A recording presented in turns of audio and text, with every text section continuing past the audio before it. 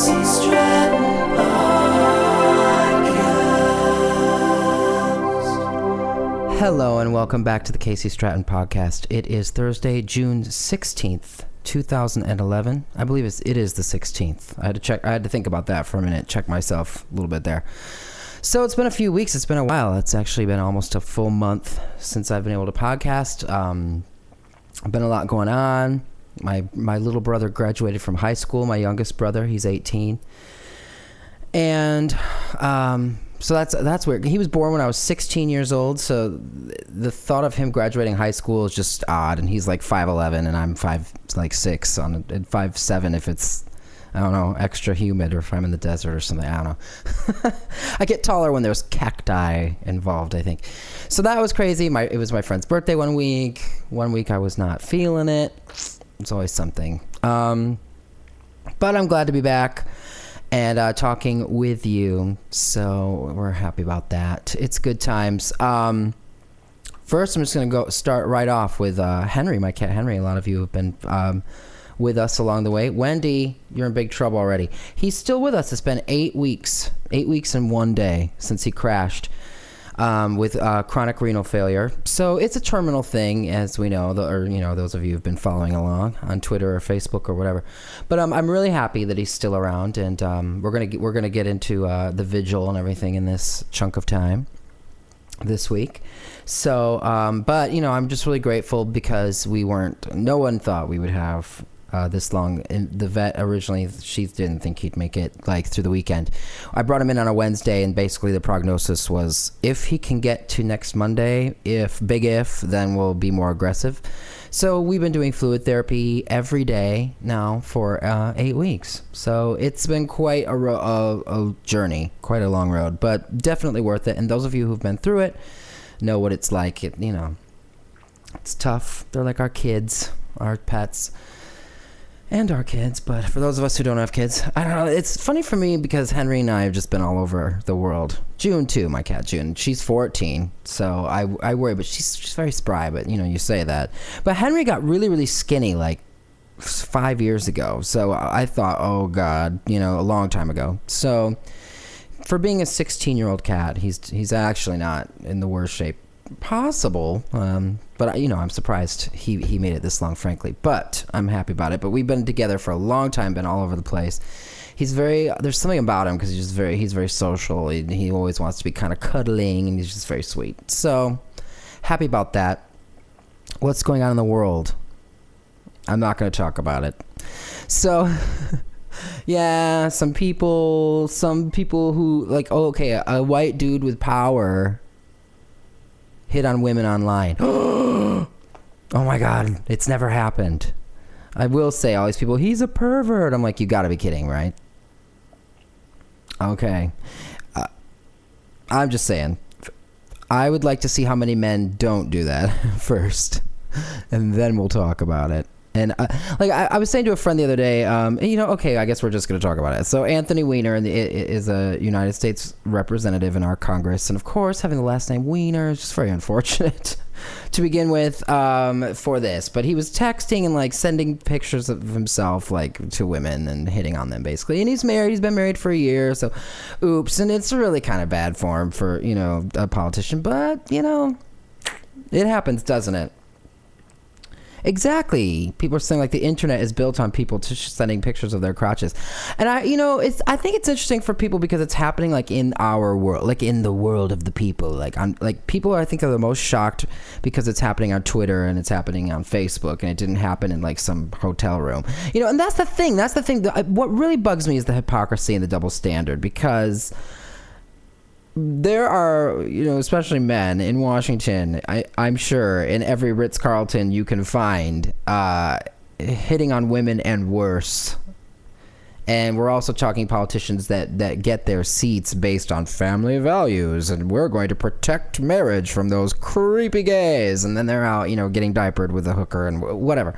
You do what you want to do, but if there's a blatant hypocrisy in your actual message as a policy person or as a, whatever, then I have an issue with that. But otherwise, I don't really care what you do.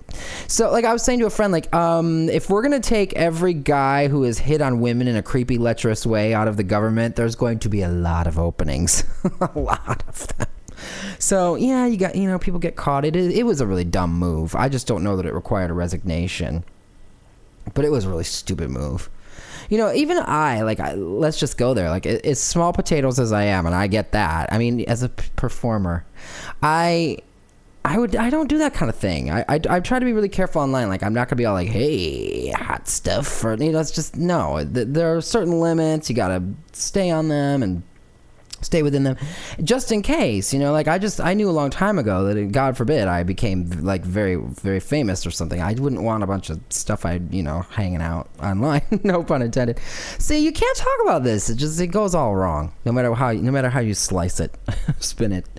So yeah, I don't know, but especially men, ladies, I don't know if and that's the other thing. Like, I don't like when people automatically were taking the side of like these poor women, as if women cannot handle these poor defenseless women who were having photos shoved in their faces. It doesn't seem like that was ever the case. It seems like it was a very consensual, like, go ahead, and I think that also comes to a larger issue of like women not really being allowed to be sexual beings. It's like men are predators and like, oh, congressman, oh. I don't know. I just don't get. I think it's rude and sexist in its own way.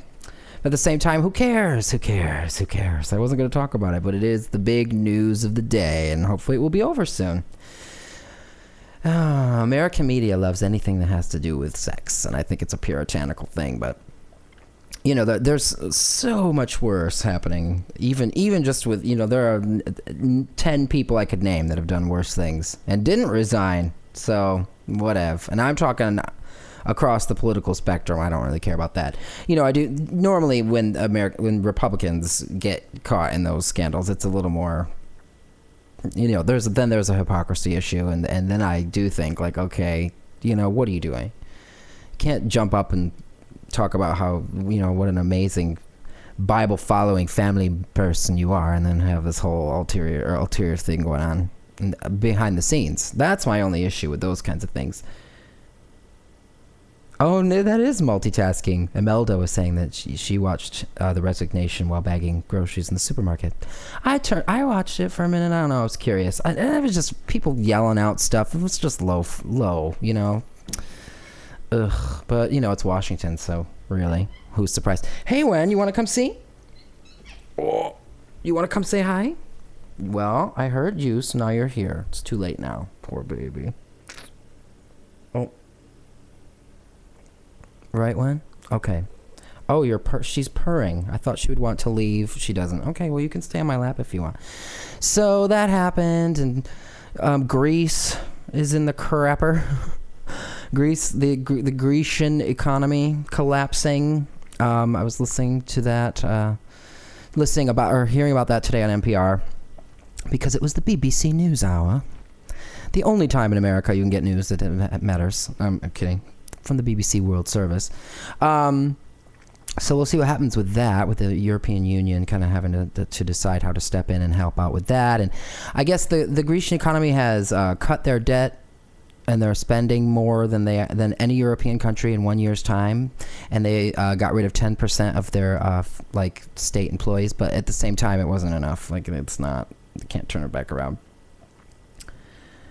I'm reading some of the chatting. I wasn't supposed to, but I am. I don't know a lot about European politics in general. I mean, I do, but not as much as I do American, of course. And I will say that with Canadian politics, I'm like especially bad. Oh, and there's a good segue into like what happened in Vancouver, riots yesterday in Vancouver over the hockey game.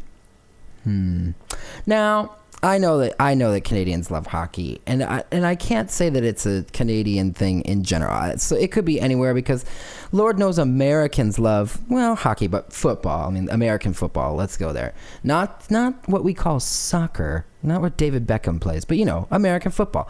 They love it. They love it. They love it. But I don't know. I mean, I can't imagine like the Chicago Bears. Is that the football team? Who knows? I think it is. I can't imagine like they lose the Super Bowl or something and Chicago goes into riots. But I wouldn't put it past anyone. Sports fans are crazy as it is. It's a mob mentality. People have been drinking. I understand. But it was a big, it was rioting. And it kind of didn't seem kind of didn't, I don't know, it seemed kind of unlike what I would think of Vancouver, because people have such a favorable view. But I mean, riot can happen anywhere. Like, people on Twitter today were like, Vancouver is now the Detroit of Canada. Shouldn't laugh, I'm sure it was terrible. But did you guys see did anyone see that picture that's circulating? It's circulating. If you haven't, you should Google it. There's like this photo of these two people like kissing in the middle of all this chaos. There's like fire burning, and then there's just people like kissing, laying on the ground kissing. So hey, what do you know? Perverts! I hope they're not in Congress, because public display of affection. So excuse me, I've choked myself. Were you thinking it was photoshopped? See, I don't know. Well, even if it was photoshopped, it made me have a warm fuzzy for a minute. So there you go. There you go. In fact, another thing that did, my friends Colleen and John, like, John's this really cool guy, and he works for Best Friends Animal Sanctuary, and there's just like a million things I like about him just on the surface. I haven't known him for very long. He and my friend Colleen had just got together like in like October or November. I think November. So, but he lives here now, and she wanted they're vegan, or she was a vegan, and then he was a vegetarian, and now he's a vegan. I don't know, it's too much information, but she wanted a pot pie for dinner, and then he made her a little pot pie with like a heart in the crust. And normally I'm the kind of person that's just like, bleh, but something about that was sweet. I don't know. I guess if you knew him, it's cute. So, I thought that was nice. So maybe today I'm just in a romantic mood. I've been so all over the map. This is a good way back in.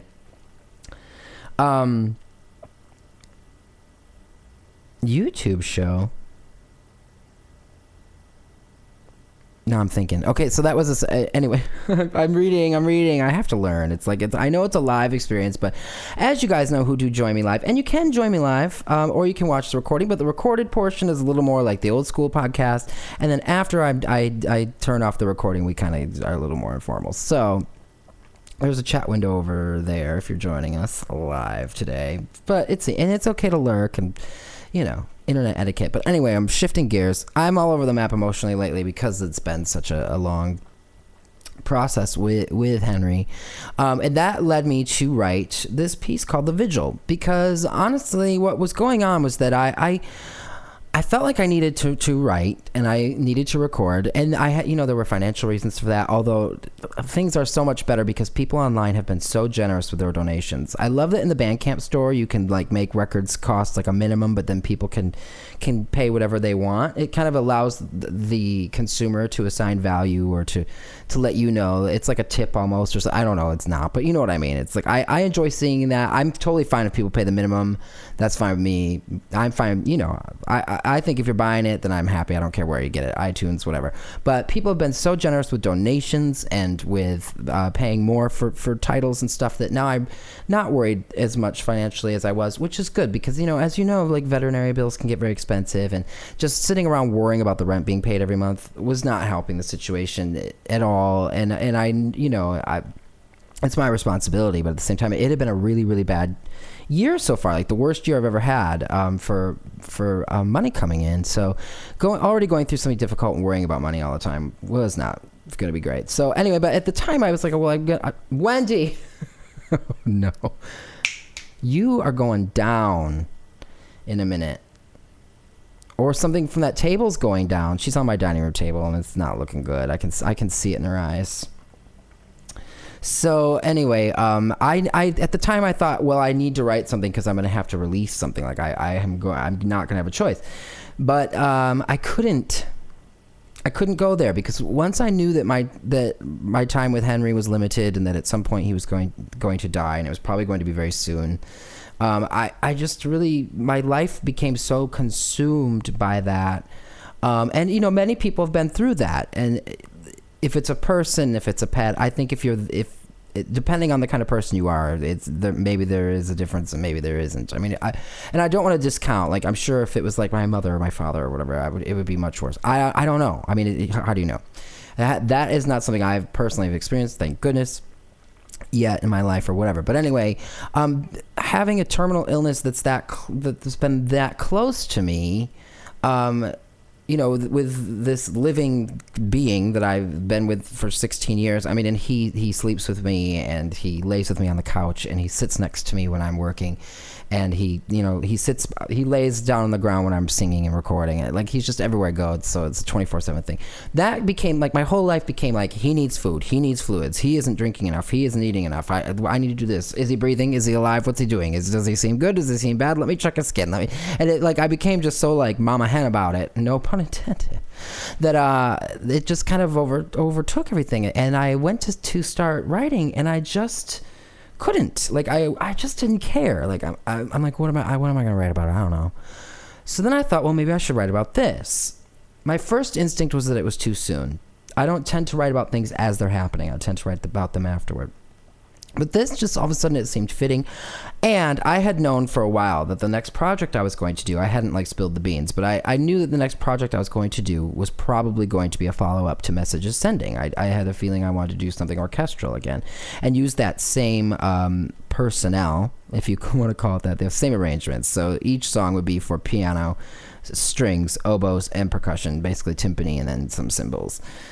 Because Messages Sending was like that. And then, you know, just in case, because I think big, I dream big, just in case I ever actually do a show like that with an orchestra, I could do one project and then have an intermission and then do the next one. So, I mean, and I also just really enjoyed Messages Sending. I figured it had been 2 years, so it was okay to kind of go back down that road. And then I thought, you know, that's a perfect setting, really. There's a plane going over the house. It just seemed like a perfect setting to process through, because it's such a deep, like, emotional experience. And for me, writing anything for orchestral instruments, those kinds of arrangements, that's really my favorite thing.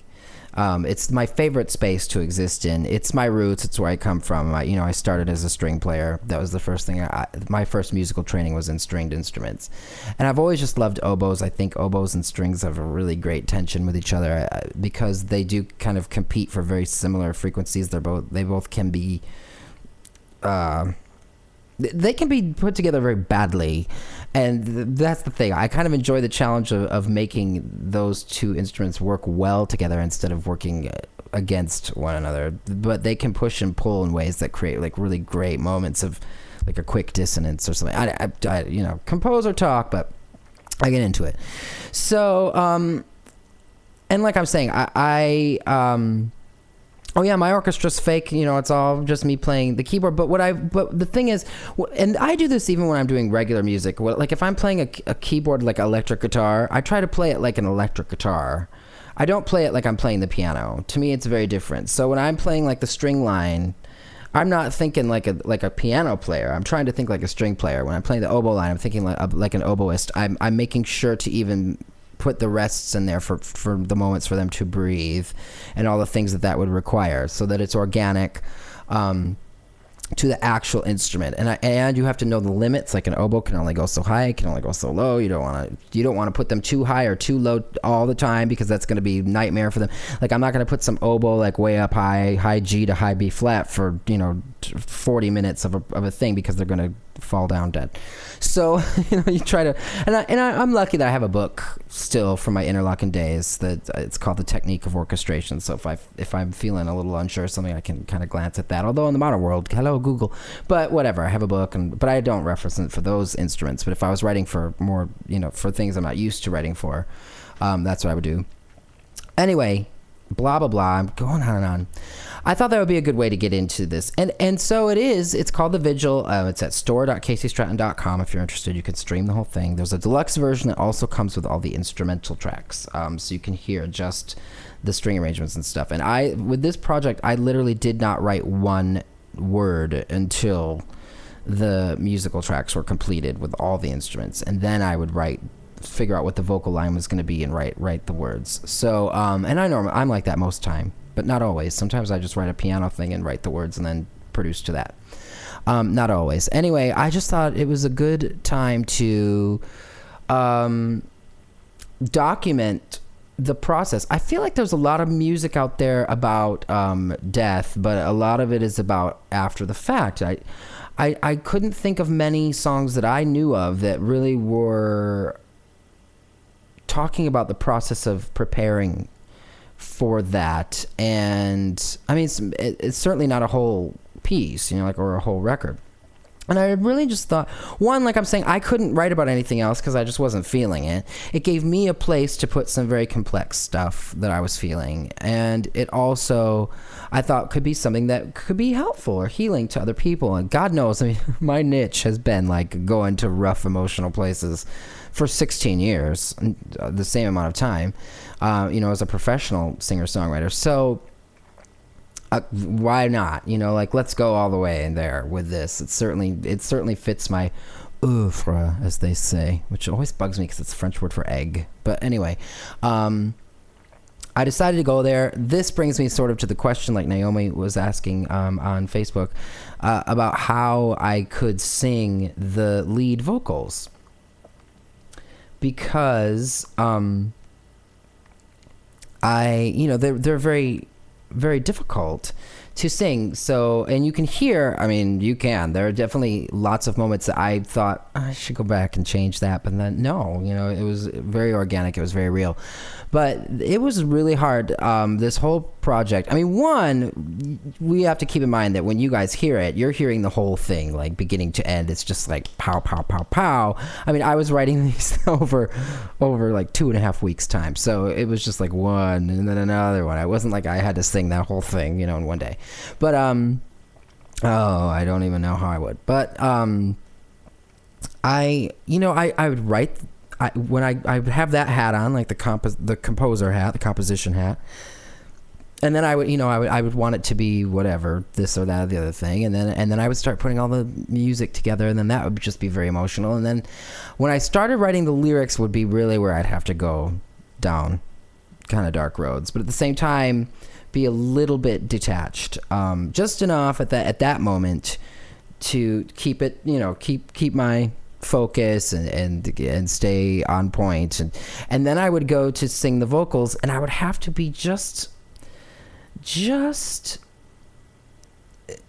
cognizant enough of what I was saying or what I was feeling, and just enough like not. And I'm also thinking technique. I mean, I am still singing. I have to breathe properly, blah, blah, blah. I have to do certain things to give an emotional performance. But, so yeah, I was juggling a lot. There was a lot in the air going on, but I would have to go there enough, not too much, you know, kind of thing. And then I would have to like back up again. So it was really, I guess, you know, it's such an interesting metaphor to the actual process of what the reality has been, because it's very similar. I don't spend every day sitting around bawling my eyes out. That's not realistic. It's not productive. It doesn't help him. It doesn't really help me. When he was first diagnosed, I was very sad for a minute, and then life just became, I mean, there's always this kind of heaviness, but it's not like that every day. It becomes about like get done what needs to be done. But there were a few vocals that I would have to stop. I just couldn't. The first time through or whatever, I would hit a certain part or line and I would lose it. And then of course when I would hear everything done, put together, like that final, like, okay, I've got the mix good, all the technical science stuff is over, hit like bounce, which I have to bounce everything down to a 2-track mix from all these multi-tracks. Then I would sit and listen to it and generally lose my mind. And then I heard them a lot. You know, like with my friend Mario, I'd go to his house, he would hear them, and because that's just what I do. I check everything on those speakers and blah, blah, blah. And so I was hearing it a lot, but in front of someone else who was also experiencing them as new and very emotional. So I would detach all over again. And then some days I would think a lot about the mixing, and other days I would think a lot about, you know, the structure. And then other days I would just let myself feel it more. But I still haven't really, I have not given myself full on permission to just hear that work from beginning to end. And really, really, really go there. So, and you know, this is going to sound morbid or maudlin or whatever, but I'm not sure yet whether or not after Henry Goes, if it's going to be the kind of record that I can never listen to, or if it's going to be the kind of record that I want to listen to frequently. So we'll just see. You know, at this point, I know what's going to happen, and I also, you know, I understand that to some people it might seem silly, but to me it isn't, and I don't care, and I'm not making any excuses or apologies for it, because it is what it is to me. So, you know, but I feel like I've gotten as much of a grip on it as you can, but it's really helped me. Like, this is why I am compelled to create and to write music. I mean, it's to get through these exact moments. So it's been an immense comfort for me. And like I'm saying, I'm just hoping by putting it out there for other people that maybe it will be comforting to apply to your own experiences.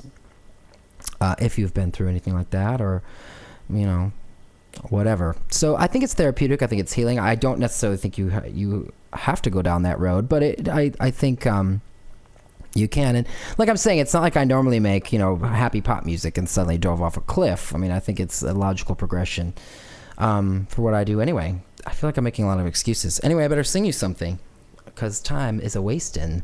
I started a little late because of that audio snafu.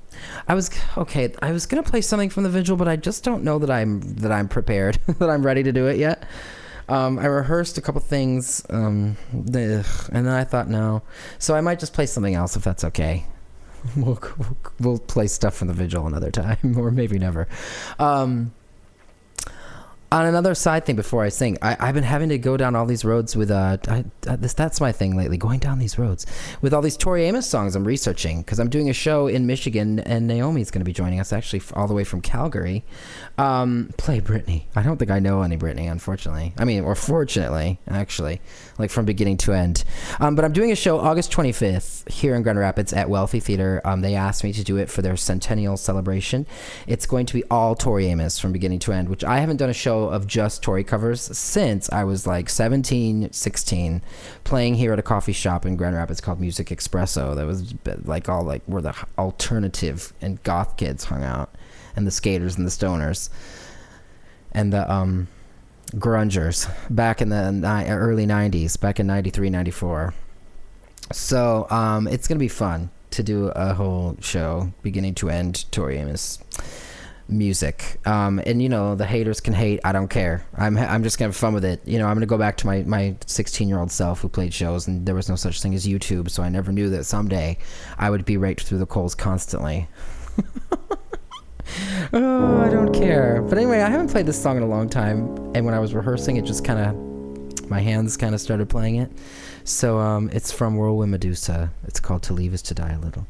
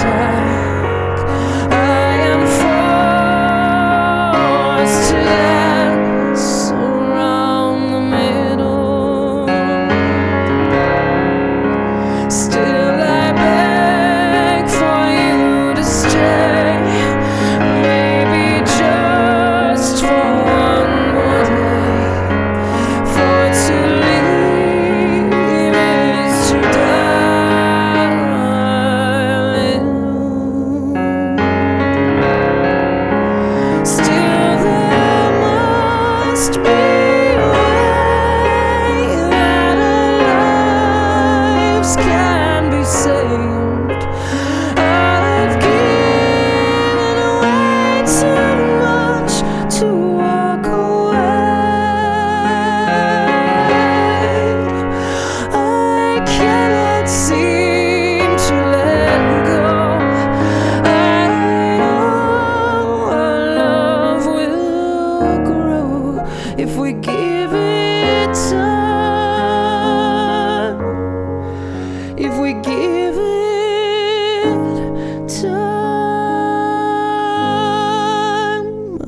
guess I know that it's over. The wind has grown colder, but to leave is to die a little.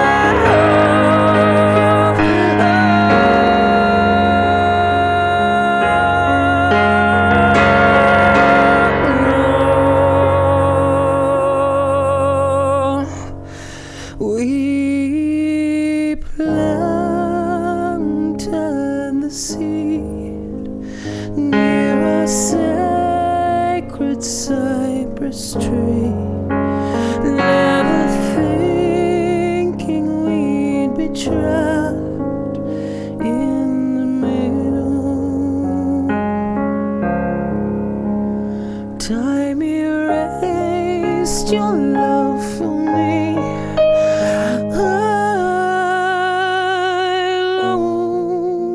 It's time to leave, but to leave is to die alone.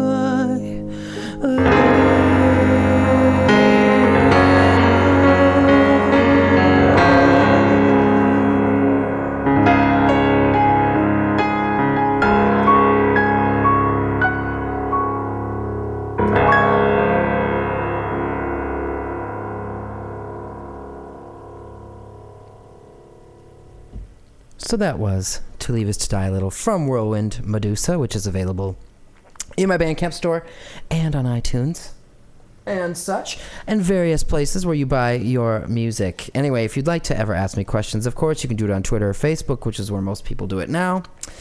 Or you can email me at podcasts@caseystratton.com. Those emails do go directly to me, so if you need to say anything intimate, you can go right ahead, because only I read that one. Oh, thank you to everyone in the chat window for the applause.